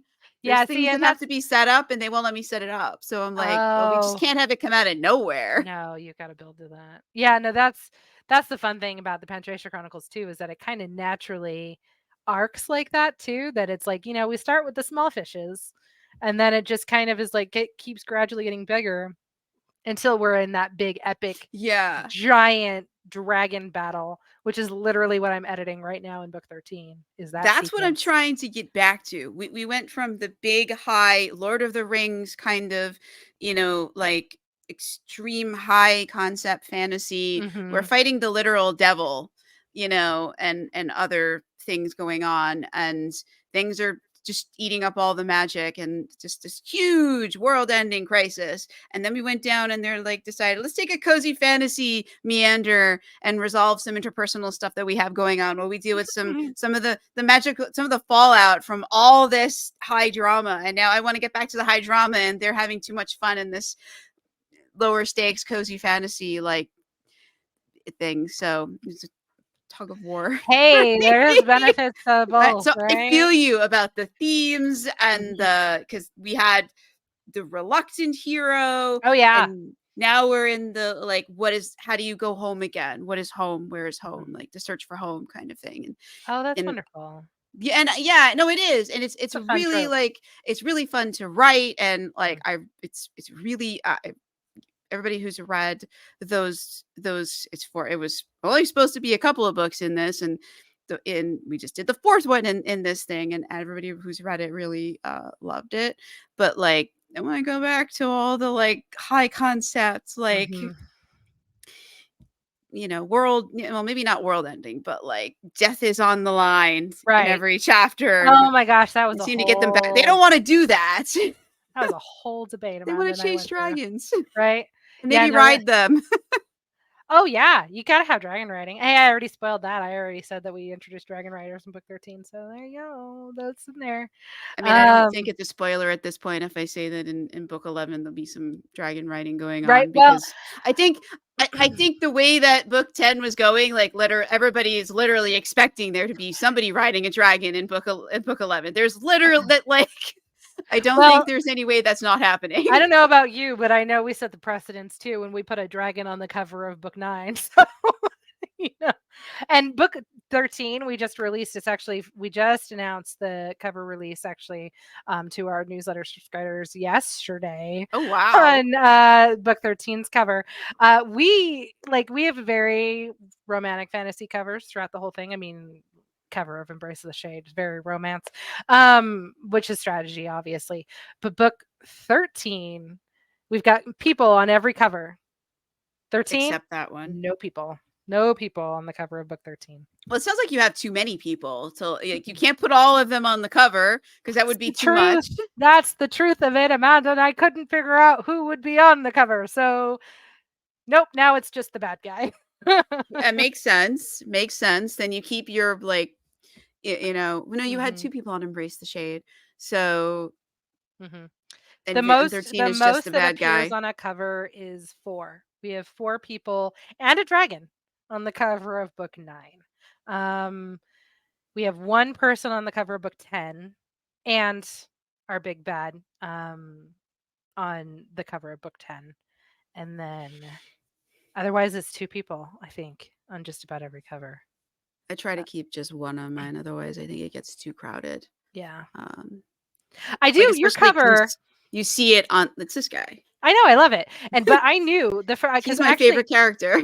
we we He's met. watching over me. He's Yeah. making sure I don't give out too many spoilers. I'm I gonna was get back to writing looking him at some point. I was looking for the cover of our prequel novella because it's my favorite cover actually, and it has Luca, my character I was talking about that I was obsessed with, on it. And I like to use that as my background for everything. I was looking for it and I couldn't find it. But your cover, I love your cover, and I Oh, thank you. recognized it right away because we have totally done swaps, newsletter swaps Oh, before. when I saw your name, I was like, wait, I feel that we have done some swaps at some point Well, about and we also something. were in a joint interview at the beginning of, Spiffbo, Oh, that we were in a I was joint gonna interview. ask if that was you, It because was. like when you first came on, I was like, wait, she was in that thing. I was, The yeah, thing. I was in that group because 'cause we're both being Yeah. judged by Philip Chase. Yes. Yep. Yes. And like, I'm like, I'm so afraid to like I'm watch biting my anything of his fingernails. because like I don't know like because Cursebreaker Enchanted that's the book that I put in Spiffbo 9. Mhm. I've redone the book 3 times because it is like my heart. It Yes. is 165,000 words. It should be 2 books, but because they went off on another adventure in the middle when they were supposed to be solving something else, and Mhm. I was like, I can't really split this. They didn't actually solve the problem. They Oh, went yeah. off and did this other cool thing in the Enchanted Forest is cool and it's fun, but you were not supposed to go off on this thing for like an entire like separate book in the Mhm. middle of the adventure. You're supposed to finish the one you're on. So yeah, so I have it split into 2 like sections Yeah. and because they are very clearly 2 separate like books, but they were never published that way. And I was like, am I going to be disqualified because it's supposed to Mm. be this no like anthologies, but it's not an anthology. It was always one book. It's Yeah. never been published any other way. And it is very high fantasy. There is Mhm. a ton of magic in the book. The book is like literally like if you were to like count all the like times someone uses magic in there, like it is a high number. The book is like saturated with It's magic. a good And it fantasy is book. yeah, it's like Lord of the Rings, but like with the twist, the main Mhm. character is not just that he's reluctant, but which Frodo was reluctant too, so that's not really a twist. Yeah. But he can't leave where he lives. Mhm. There's promises that bind him to it, like actual literal chains. He cannot leave. And if he did leave, his son would die because his son does Mhm. not have a connection to the magic and can't live without him. And he also it's like a medieval sort of fantasy world. So there's no babysitters back then. Not No. really. So there's no childcare. So he's having to deal with magical problems reluctantly. Well, his son at like I forget at what point in the book his son decides that he's just going to be his sidekick. And so he's stuck trying to like deal with the magical problem with a 4-year-old tagging after him, Oh, trying wow. to keep him safe. And said 4-year-old is like, oh, this is so cool, and not really wanting to stick close and Just stay imagining down. And imagining Nathan as my sidekick. Whew. Amanda's son, as Nathan. yeah, and since Sarn is like he's the main character of like most of my books, Yeah. and he's quiet, and his son is very talkative. So his son Mhm. is always like, "What's this? What's that?" And he's like, "Okay, I can't answer all this. There's too many questions." Oh, that's fun, though. So it's fun, and it's yeah. So it's that, but he's also like the chosen one, but he doesn't know that he is chosen because he's under a Oh, curse. And if he were to find out yep. that he is chosen, he would not be able to do the thing he was chosen to do because the curse would then take effect. Because the curse is you're bound to a lie, but if you don't know about it, then you don't know, then that lie is not true for you. So you're technically Mm. not cursed. Like it's hanging over you, but you can escape it. You can find a way to escape it, but you can't know that it is there. You Mhm. can like the conditions for him to break it are not all that like difficult. Um he's already half broken it anyways, but so trying to get him to do the other half has been sort of a challenge Yeah. because he doesn't know about it and doesn't listen to me Yeah, ever right? about anything. Oh my gosh. Yeah, so like I saw that Philip Chase is working on his own debut novel, Mhm. and it sounds very Lord of the Rings. Oh my god, he's either gonna love this or he's gonna absolutely hate me for Yeah, this see, and I've because been worried about that too because he's, very obviously very epic fantasy, and he he's also actually like a professor or something I he saw. is, yeah, he's a medieval fantasy professor, and Yeah. I did watch one of his videos, Oh and no. man, him and one of this other guy that he was talking to went on this whole thing about romance in fantasy, and the entire time I'm just like, God, he's gonna hate my book because it's romance. Okay, mine doesn't have any romance, but there is the adorable sidekick I think you'll be safe. I think you're fine. and the teenage brother. He Um, honestly, Philip Chase seems so kind. In the one video that he has done about Spiffbo when he named a semifinalist and named his eliminations, he was just so kind and just called out and gave credit to every one of the authors, even the ones that he did eliminate. And it's fantastic. I think I'm really looking forward to oh, okay, so I seeing can what he stop comes out with. fearing Yeah, no, a he little bit of he fear. was really, really kind. You didn't watch that video? I know, I'm, like, afraid to because, like, No, I it's not didn't. bad. It's Okay. honestly it's very nice. He gives kind of a shout out to every one of the books that he read, explaining what it is and says, there is definitely an audience out there for this book. And then just goes into a little bit more detail about his semifinalist. But no, I admit I obsessively refresh his YouTube channel every day just to see. Has there been anything else? Because I There haven't has seen not. anything from. Okay. No, Because he's I only heard that. done the one. Okay, because I heard that he reads, like, all of the books in his That's batch. what it seems like is when based on what he was saying in it, it sounded like he genuinely read 100% of those books, which is not common in throughout all of the rest of Spispo from what I understand. It seems like most of the judges try to at least get 30%. Um, Yeah. but it seems like Philip Chase is genuinely reading everything, which is great. That's so I couldn't do that, so I'm impressed. No, I mean, I think that's really cool. Mhm. I have to do audiobooks because I spend so much time staring at screens that, like, my eyes just I don't Yes. I give serious props to them. They're able to, like, read on their devices. Yes. I'm like, my eyes are shot. I'm Yeah, like, no, I'm like I have an eye doctor appointment tomorrow because I think part of the reason I've been struggling so hard with editing these last 3 books is I feel like my eyes have been changing as I'm going. Um, so I they relate. do. They do, as we age. Yeah. Unfortunately, you're thankfully, my vision finally stabilized. There was a point at which Oh, every year I would just at some point, I would just not be able to see out of yeah. my own glasses, and That's I'd the have to point I'm go at. and get the new prescription, and, like, and I've had these for a few years, so I was like, "Oh, okay, maybe we've stabilized because maybe we're not gonna get so bad that we can't see any." That was my fear. Right? For a Oh long god. time, because every time I go, it would have jumped by some scary percentage or sounded Mhm. scary to me, and I was like, "Oh my god, am I gonna just one day open my eyes and, like, there just not be anything?" Oh, no. That was, like, just a God, fear that I that is had. terrifying idea. Well, and that, I will say writing a blind character was real interesting. That was an interesting challenge that we presented ourselves. And fortunately, we have a dear friend who has a blind brother. And so she's been double checking us whenever we write the perspective from the blind character. Cause, I will say it challenges you as a writer to really evaluate how you're describing things when you lose a sense and you can't I describe it. actually have had to deal with that because magic is illegal in the country, and so he Mhm. often has his eyes glow all the time because he's always using magic. So he's Oh. often having to don a blindfold Mhm. that fully blocks that glow, and his magic flips out. It does not like to be contained. This is in, like, book 1, so I've had Mhm. to, like, really think about that. He's not actually blind, and his magic can create, like, if it stays on task, it does not always want to do what he wants it to do, but it can show him sort of a 3D wireframe Mhm. representation, but that's not all that easy when everything is a green wireframe. It's Yeah. not always easy to navigate that and know what the heck is around you, and it doesn't always stay on task. So it starts Mhm. bombarding him with other information. So sometimes he is completely, like, blind with the blindfold on because his magic is just not doing what it's Oh, that supposed sounds to. so It's interesting. delving under the mountain. It is mapping out things that are not what he is immediately in front of, and he is, like, tripping over things. This poor guy.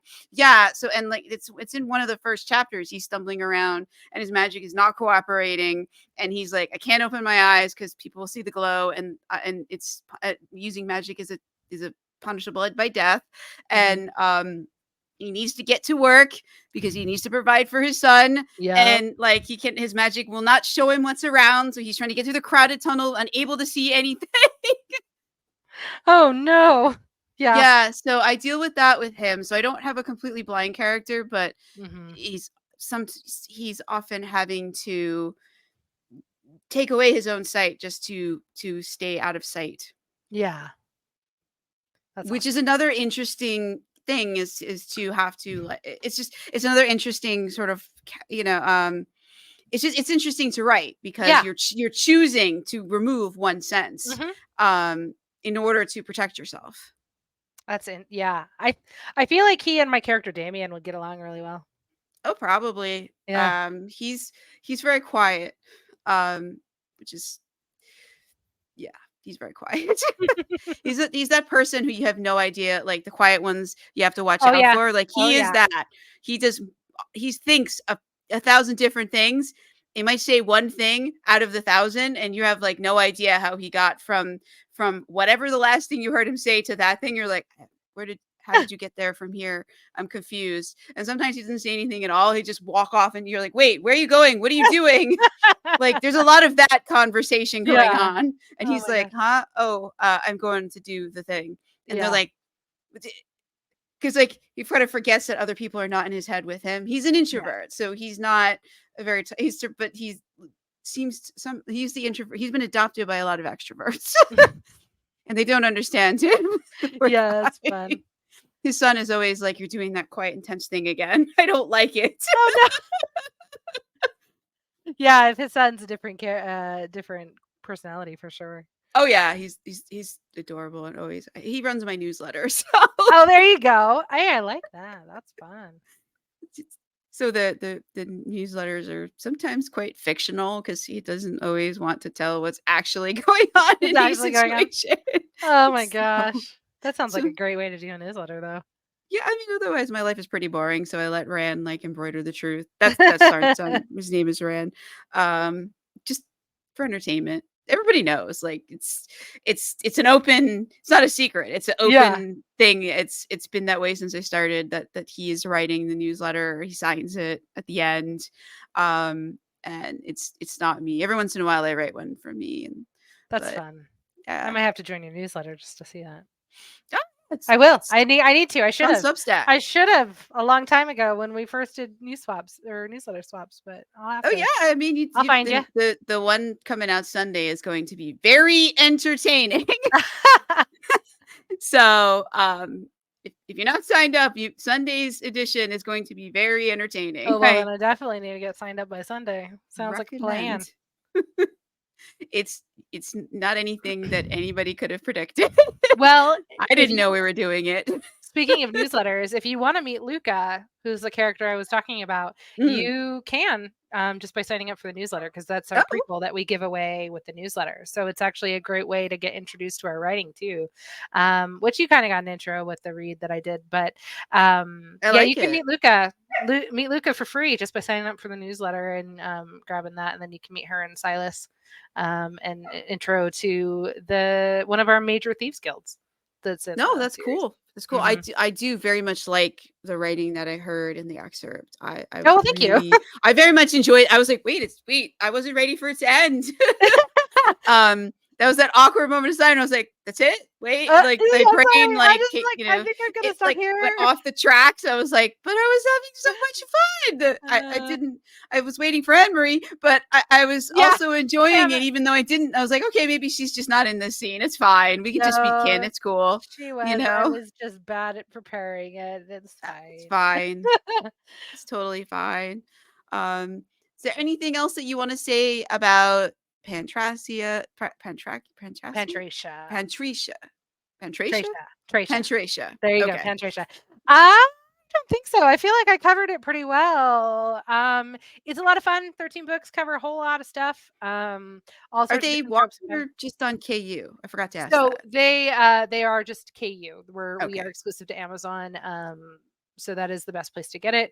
However, I did mention Amanda and I do conventions in person, and I'm sure most people who are into indie and read indie do know it's always better for us indie authors if you buy straight from us. So that's one of the reasons why Amanda and I both do conventions. We're both West Coasters, so we don't get over to the East Coast very often. But if you join our newsletter, we always tell people where we are and what's going on, and that's the best way to stay up to date to everything that's going on. We do a newsletter every other week, and it's a great time to get into the series because you can binge it, and the next 3 are coming out by November. So the series will be done soon, and it's a really great time to get into it. A lot of fun. No, Um, that's very cool. yeah, That's very cool. hard to stop writing. So, and I've heard it's hard to put down. I'm obviously biased, But I like rereading them. I have actually guiltily reread some of the books myself. So, I uh, mean, we all, if you're an author, you end up rereading your books oh because yeah, you're like, wait, where was that thing? Was it in this book or that book? And what is the thing that I'm looking for? You know?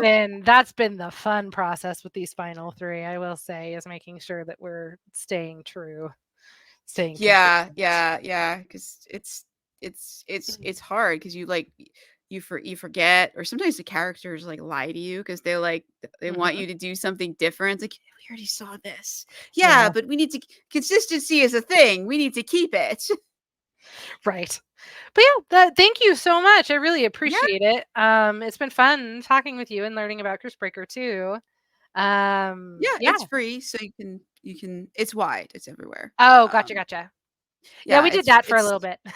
And then Yeah, no, it's free backtrack. right now, and I'm my sister passed away in 2014, and the 10th anniversary of her death is coming up on um February 22nd, 2024. So I'm trying to give away one copy per day since the day she passed away. So that would Oh. be 3,650. So we're about 7% of the way there. So if anybody listening wants to help us get there, it is totally free. And if it's not free in your Amazon store, go to my website. There's a book funnel link and get it there, because Amazon is just they don't. I've given up trying to like fight them about price matching for all countries. I've gotten them to do it a few times, and I've gotten the emails that they won't do it. So Mm. there's a book funnel link. So for Okay. that Well, yeah, reason, I'll go get it. I'll go grab it for sure. No yeah, promises just about reading it until book 13 oh, says, it's but and if people have read it, like if you would between now and February 22nd, 2024, leave a review in any of your favorite stores, because it is all over the place. That would I'm just trying to honor my sister. She asked me to finish and publish these books because I just like to write. Don't know if I was ever going to publish, but before she passed away, that was her last wish. So I have been doing all of this as to honor her and that request. And I'm gonna be running a Kickstarter. I don't do conventions because I work a lot, but I am doing a Kickstarter either September or October. The characters have made a few changes to things that we may have to push it into October, but we'll see. Um, for some box sets, 'cause my sister loved hardcovers and I Mhm. don't have anything in hardcover. So I am, yeah, I don't, I just want to, this has been like sitting on my chest. So I need to, No, that's wonderful. That's yeah. fantastic. I And mean, doing these things because it distracts me from missing. I miss her oh, of so much. And course. this time of year, her birthday was September 27th. She would have been, I think 40. Oh my I think she would have been the big 40 this coming September, or because she's or yeah, because she was with if this one, or yeah, because she was born in 1980. So I think 2024 would have been her 40th birthday. So there's all these big milestones, God. Mhm. and just trying to honor her. No, I get it. Um, I can't even imagine. I'm so sorry. But that's it wonderful. It's great that you have a way Yeah, it was a to blow. honor her for I sure. I was a wreck for many years I after bet. losing her. I It can't it even. was it's yeah. Losing your little sister is just it's not Mhm. yeah. So I killed Sergeant Sister off. But she came back as a ghost, and then later now she's the Archangel of Death. So, I Oh, made there up you for go. it. I can't bring my own sister back, but I brought his back. You do what you It's can. Yeah, and she was supposed to be like my sister's personality, but somehow she's my personality. So I screwed up there. Oh, I failed that assignment. oh no. Yeah, anyways, but this has been fantastic. Thank you so much for Yeah, of coming. course. And you're welcome back. This is a fantasy podcast, but horror, like there is some crossover with fantasy. So if there's some magic or some, I don't know where you'll end up on the side in your side Uh, projects. But if you have something that fits, that's for sure. closer, Well, and you're always welcome back. I'll always wanna talk about Pantracia, so I have no Okay, you're problem welcome to come coming back, back, talking and more we about can Pantracia. yeah, we can focus in on maybe the Yeah, quadrology. I'm gonna get it. quadrilogy? We're gonna go with quadrilogy. Yeah, But or yeah, no, or I'd love the to. the Yeah, we can talk about those in more depth, because this was Yeah. more like an overview, which I think was cool. So we can Mhm. dive in with more depth, and maybe Amanda For can sure. come Yeah, no, for. Amanda should be available in the future, and it's honestly it's fun for both of us to be here because like I mentioned, she and I just both bring such unique perspectives to it, which is what makes Pantracia what Yeah, Pantracia is. and I like to hear So, that. I think that could be very cool to have both yeah. perspectives on here. So I look forward to that. So like I said, you're welcome back Yeah, we can anytime. do that for sure. Yeah, so let's make that happen at some Sounds point. Like good. distract me in the fall from thinking about my missing my sister. We can do that. Um, yeah, because I'm on the East Coast, so like summer ends and it gets gray and Yes. cold and it suits the Yeah. mood. Yeah, we're still sunny and warm here. I'm in Utah, so it's still sunny and warm. But I better go before my Yes. dog So kills me because let he's me. losing his crap over there. Yeah, yeah. So thank you. This has been another episode of Fantasy Lore and More.